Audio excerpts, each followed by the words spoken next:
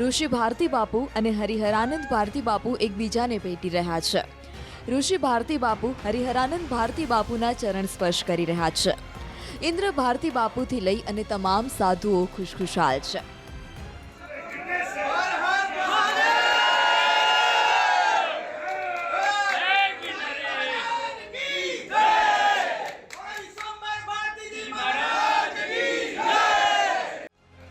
સાધુઓના ચહેરા પર આ ખુશી એટલા માટે છે કારણ કે ભારતી બાપુના બ્રહ્મલીન થયા બાદ તેમના શિષ્યોમાં ભારતીય આશ્રમને લઈ જે વિવાદ ચાલી રહ્યો હતો તેનું હવે સુખદ સમાધાન થયું છે.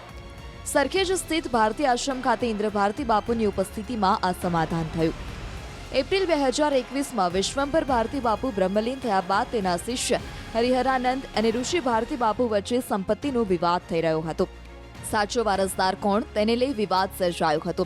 સ્થિતિ ત્યાં સુધી પહોંચી ગઈ હતી કે હરિહરાનંદ સ્વામી વિડીયો વાયરલ કરી અને ગુમ થઈ ગયા હતા.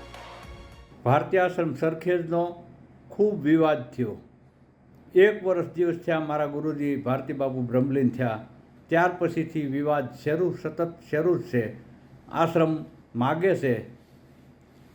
વિલ મારા નામનું હતું, સામે ફ્રોડ વિલ બનાવ્યા. મને ખૂબ દબાણ કરવામાં આવ્યું. દબાણપૂર્વક ઘણા એનકેન પ્રકારે મારી ઉપર કિસડ ઉડ્યા અને ઉડાડે છે. એવા માણસોને તૈયાર કર્યા. માણસો પણ કિસડ ઉડાડી અને મને દબાણ કરે છે. તો હું કંટાળી ગયો છું અને કંટાળી અને મેં આ નિર્ણય લીધો છે કે હવે હું આ છોડી નીકળી જાઉં. જોકે ત્યારબાદમાં નાસિક નજીકથી તેઓ મળી આવ્યા હતા. ગુમ થવા પાછળ ઋષિ ભારતી બાપુ તથા કોઈ યુવરાજ નામના શખ્સને જવાબદાર ઠેરવાયો હતો. પ્રોપર્ટી માટે વિવાદો કરવા મારે માટે ઉચિત નહોતું લાગતું, એટલા માટે હું આ બધું છોડીને નીકળી ગયો હતો. એ કોઈ વિવાદ કરી અને કોઈ નામ આપીને ફાયદો નથી. જે સત્ય હોય, ન્યાય હોય, થવું જોઈએ. સરખેજ ભારતીય આશ્રમ ભારતી બાપુએ મારા નામે જ કર્યું છે અને એ આશ્રમ માટે કાંઈ પણ કરવું પડશે હું કરીશ. બીજી તરફ ઋષિ ભારતી દાવો કરી રહ્યા હતા કે ભારતી બાપુએ તેઓને જ વારસદાર જાહેર કર્યા હતા અને બંને વચ્ચે દિવસો સુધી આ વાક યુદ્ધ ચાલતું રહ્યું.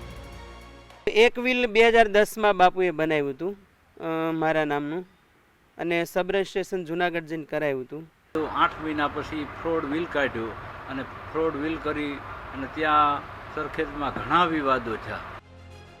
બંને વચ્ચે કડવાશ એટલી વધી ગઈ કે કાયદાકીય લડાઈ પર ઉતરી આવ્યા અને એકબીજાને નિશાન બનાવ્યા. ગુરુનો વારસદાર શિષ્ય થાય, શિષ્ય પછી એનો શિષ્ય ગાદી આવે. ઋષિ ભારતી મારો શિષ્ય તરીકે આવ્યા હતા. ભારતી બાપુના શિષ્ય નથી. સાચું છે કે ખોટું છે એ તો કોર્ટ સાબિત કરશે. કોર્ટ જ્યારે સાબિત કરે પહેલો ખોટું છે તો અમે આશ્રમ છોડીને જતા રહીશું. આખરે 2 વર્ષથી ચાલતા આવતા વિવાદનો સુખદ અંત આવ્યો છે.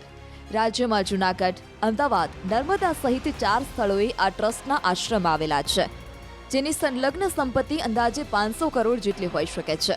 હરિહરાનંદ અને ઋષિ ભારતી વચ્ચે સમાધાન થતાં જ સાધુ સંતો તથા તેમના અનુયાયીઓએ રાહતનો શ્વાસ લીધો છે.